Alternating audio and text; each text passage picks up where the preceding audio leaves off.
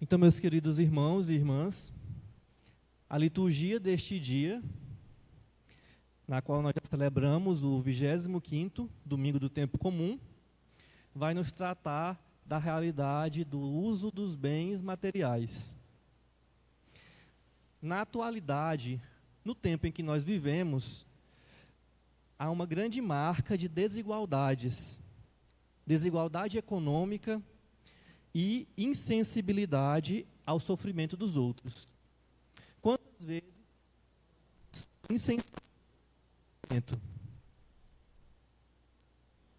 Dessa forma, é urgente nós resgatarmos valores cristãos que nos tornam sensíveis ao sofrimento do outro, que nos sensibiliza à dor do irmão, sobretudo aquele que vive em situação de miséria. E é justamente isso que a leitura vai trazer. Leitura, Salmo e Evangelho hoje estão todos ligados por um fio condutor, apesar de terem sido escritos cada um em séculos diferentes, mas esse fio condutor é a caridade para com aquele que sofre, a caridade para com o pobre. A primeira leitura é uma profecia de Amós. Amós é um profeta que viveu no século VIII, antes de Cristo, e ele é um grande sinal, porque ele é o primeiro que começa a escrever profecia. O profeta Amós, o livro da profecia de Amós é o primeiro livro profético, é o mais antigo. E a profecia, ela surgiu justamente num contexto de desigualdade. A profecia, ela só ocorre em Israel junto com a monarquia. Por quê? O primeiro sistema de governo em Israel, como nós sabemos, foram a organização em tribos, foi a organização tribal. E essa organização ela era mais ou menos igualitária. Não existiam grandes diferenças entre classes sociais. Quando o país tornou-se a forma de governo monarquia, a população se urbanizou, o povo foi morar nas cidades e quiseram um rei.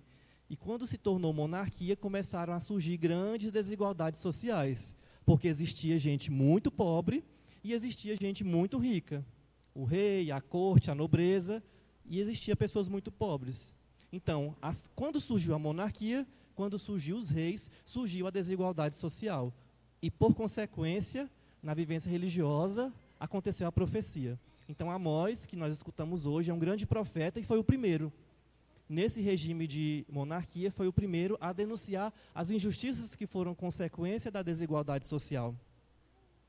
Ele expõe as ações daqueles que, movidos pela ambição e pela ganância, exploram os fracos e os pobres.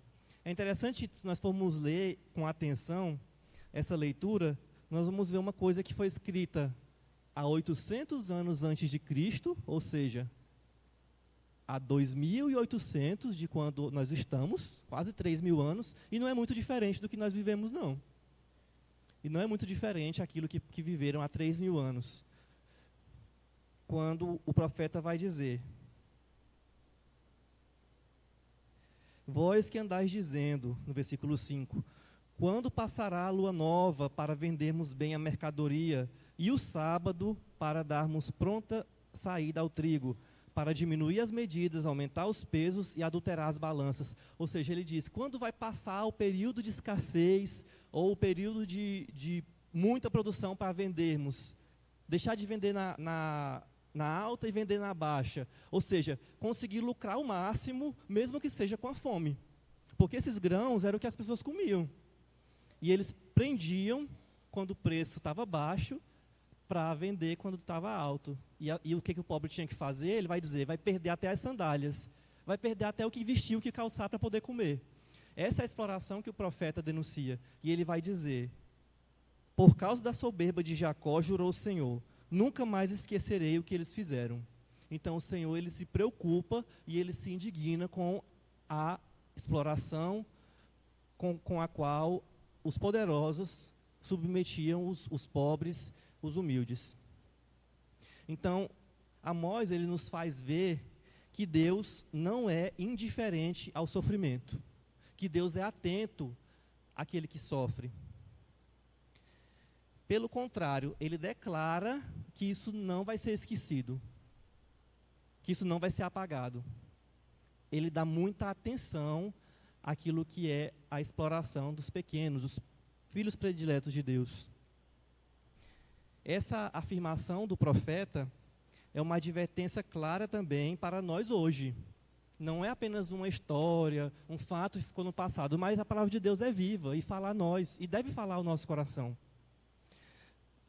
E o que é que essa palavra nos diz? Não há verdadeira paz onde há injustiça social. A verdadeira paz existe quando existe a justiça. Se existe exploração, se existem ricos que exploram os pobres, nesse lugar não há paz. Isso não é só na Sagrada Escritura que a gente vê, mas também na sociedade, né? A Santa Teresa de Calcutá ganhou o Prêmio Nobel da Paz. E ela não interveio numa guerra, mas ela lutou para dar alimento para aqueles que tinham fome. Lutou para tirar quem não tinha teto, tirar das ruas. Então, foi recompensada a nível mundial, um grande prêmio, um dos maiores, com o signo da paz, mas a sua luta sempre foi contra a pobreza, contra a fome e contra a falta de moradia. Então, Deus, Ele observa atentamente as nossas relações e exige coerência entre a fé professada e a prática social. Ou seja, aquilo que nós cremos, a fé que nós professamos, deve se traduzir em uma vida coerente. A fé não é algo apenas abstrato, mas deve se traduzir na nossa vida, naquilo que nós fazemos. Se nós dizemos que acreditamos em Deus, mas nós não temos caridade, essa fé não é verdadeira. Né? O próprio Evangelho, em outro momento, vai dizer: como eu posso dizer que amo a Deus se eu detesto, a Deus que não vejo, se eu detesto o irmão que vejo? Então, a nossa fé tem que se traduzir numa vida de caridade e de solidariedade. Essa é a forma que nossa fé se traduz, segundo essa primeira leitura. E o Salmo de hoje, ele vai continuar a mesma reflexão. Ele complementa a profecia de Amós. Qual que é o Salmo de hoje? Vocês lembram? Já esqueceram? Já esqueceram, né? Louvai o Senhor que eleva os pobres. Esse é o refrão do nosso Salmo. Ou seja, Deus, Ele não apenas adverte que nós devemos ser caridosos, adverte que nós devemos ser solidários, adverte que nós não devemos explorar, mas Ele também está junto do pobre. Ele também quer mudar a realidade do pobre. Ele eleva o pobre. Ou seja, ele se aproxima com ternura daquele que é fraco, daquele que é miserável. E estende a sua mão para elevá-lo. E estende a sua mão para levantá-lo das situações de humilhação e miséria. Portanto, Deus não é indiferente ao sofrimento humano, mas Ele sempre age constantemente em favor daqueles que o mundo costuma descartar. Quando eu refletia e pensava no que dizer nessa celebração, eu me lembrei de um ato do Papa Francisco. 2016 foi um ano jubilar, um ano santo como esse ano que nós vivemos hoje. Foi o Jubileu da Misericórdia. Não sei se vocês recordam. Um dos últimos atos do Papa Francisco no Jubileu da Misericórdia, em 2016, foi um pedido de perdão. Lá na Praça do Vaticano, diante de milhares e milhares de pessoas, de pobres, inclusive, pessoas que não tinham teto, pessoas que eram assistidas por organizações humanitárias, ou seja, tinha esse público na praça, né? Diversas instituições católicas que assistiam pessoas nessa situação, levaram essas pessoas para ouvir um discurso do Papa, lá na Praça de São Pedro. E essas palavras do Papa Francisco tocaram profundamente o meu coração, e eu resolvi trazer para vocês. O que o Papa Francisco falou? Como foi esse pedido de perdão? Ele disse, nessa ocasião: peço perdão em nome dos cristãos que não leem o Evangelho e não encontram a pobreza no centro dele. Peço perdão em nome dos cristãos que, diante de um pobre ou de uma situação de pobreza, viram o rosto e olham para o outro lado. Essas palavras me tocaram profundamente, porque muitas vezes esse cristão fui eu.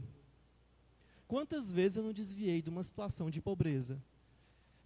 Palmas é uma cidade que a impressão que eu tenho é que ela já é planejada justamente para a gente nem ver essas situações. Né, eu venho de outra realidade, eu sou de Araguaína e é uma cidade que não foi planejada, é uma cidade concentrada, então a gente vê muitos pedintes na rua, nas calçadas, nos semáforos. Aqui quase não tem semáforo, né? Só em 2 avenidas ou uma. Lá tem no centro inteiro, em todas as ruas, então tem muitos pedintes. E quantas vezes eu os ignorei? E o Papa veio pedir perdão justamente por todos os cristãos que diante de um pobre ou de uma situação de pobreza viraram o rosto, desviaram o olhar. E esse evangelho, e essa leitura, e essa liturgia vem justamente nos tocar o nosso coração, como eu iniciei a fala, para que nós possamos ser sensíveis a essas realidades.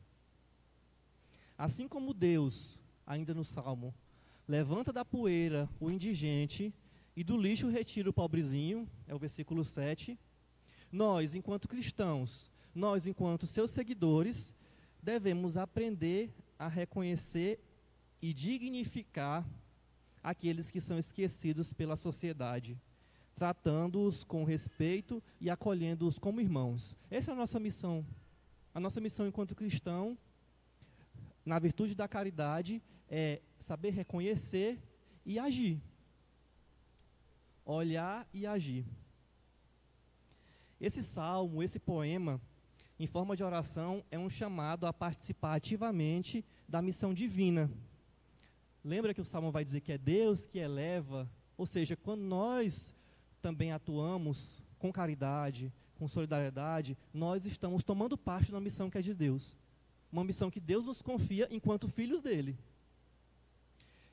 Que é de dignificar e incluir, criando ao nosso redor ambientes marcados por solidariedade concreta e fraternidade.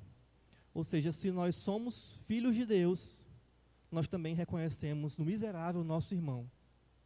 E é nossa missão buscar tirá-lo da situação de miséria, buscar ajudá-lo na dificuldade. No Evangelho de hoje, Jesus conta uma parábola de um administrador desonesto, porém esperto, que age com sagacidade, que age com esperteza. Jesus não elogia a desonestidade, mas destaca a esperteza do administrador e desafia a nós também agirmos com esperteza naquilo que é para o bem. Ou seja, ele diz que o administrador é esperto, é sagaz, e fala que os filhos da luz não têm essa esperteza. Ele elogia a forma de pensar daquele administrador, embora desonesto. E vai falar que os filhos da luz não são tão espertos, são lentos. Quantas vezes nós recebemos dons, aptidões e até bens, e nós não usamos desses bens para propagar a obra de Deus. E nós não usamos as nossas aptidões, que nós guardamos para nós mesmos, nós não colocamos a serviço. E isso é ser lento, e isso é não ser esperto, porque nós não usamos da graça que nós recebemos de Deus, diversas formas espirituais, humanas e materiais, para cumprir a vontade dEle. E aí o Senhor vai falar, quisera que os filhos da luz tivessem essa esperteza dos filhos do mundo, que sabem multiplicar os seus dons e os seus bens, mesmo que de forma desonesta. E os filhos da luz são parados, são inertes, não se colocam a serviço, têm comodismo.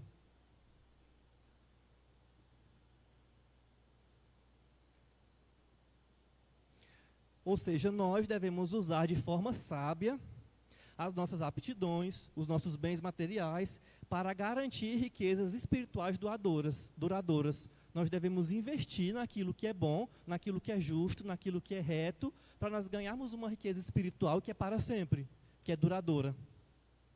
Essa parábola pede para que reflitamos seriamente sobre a maneira de como lidarmos com os bens materiais e espirituais. Jesus, ele nos ensina a usar os bens deste mundo com generosidade, justiça e sabedoria, evitando torná-los ídolos que dominam o nosso coração.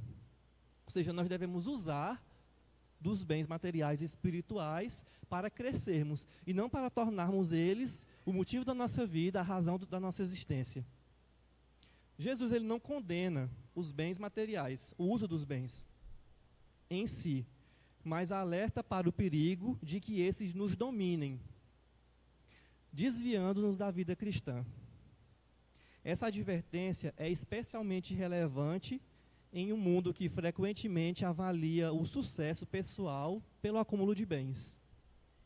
Então, essa advertência de nós sabermos usar os bens e não deixar que eles sejam o centro da nossa vida é especialmente importante na vida que nós estamos vivendo atualmente, na qual o sucesso e a progressão de uma pessoa é avaliada por aquilo que ela tem. E, por fim, participar da Eucaristia, unir-se a Jesus pela comunhão, pela Eucaristia, é comprometer-se concretamente com as exigências do Evangelho. Ou seja, unir-me a Jesus na Eucaristia é unir-me também à vontade dele, que são as exigências que o Evangelho nos faz. Que nessa celebração nós possamos reafirmar esse amor autêntico que se traduz em atitude de justiça e solidariedade. Que essa fé que nós queremos cultivar em nosso coração, que esse amor que cada um de nós quer ter por Jesus, de fato, se traduza na nossa vida. De fato, seja um promotor de justiça e solidariedade, como nos pede a leitura, o Salmo e o Evangelho. Não seja uma fé apenas nas ideias, mas seja uma fé que se traduz na prática, que se traduz na vida. E assim, nós possamos seguir aquilo que o Senhor nos ensina, que o Senhor nos espera e que o Senhor nos exige nessa liturgia de hoje.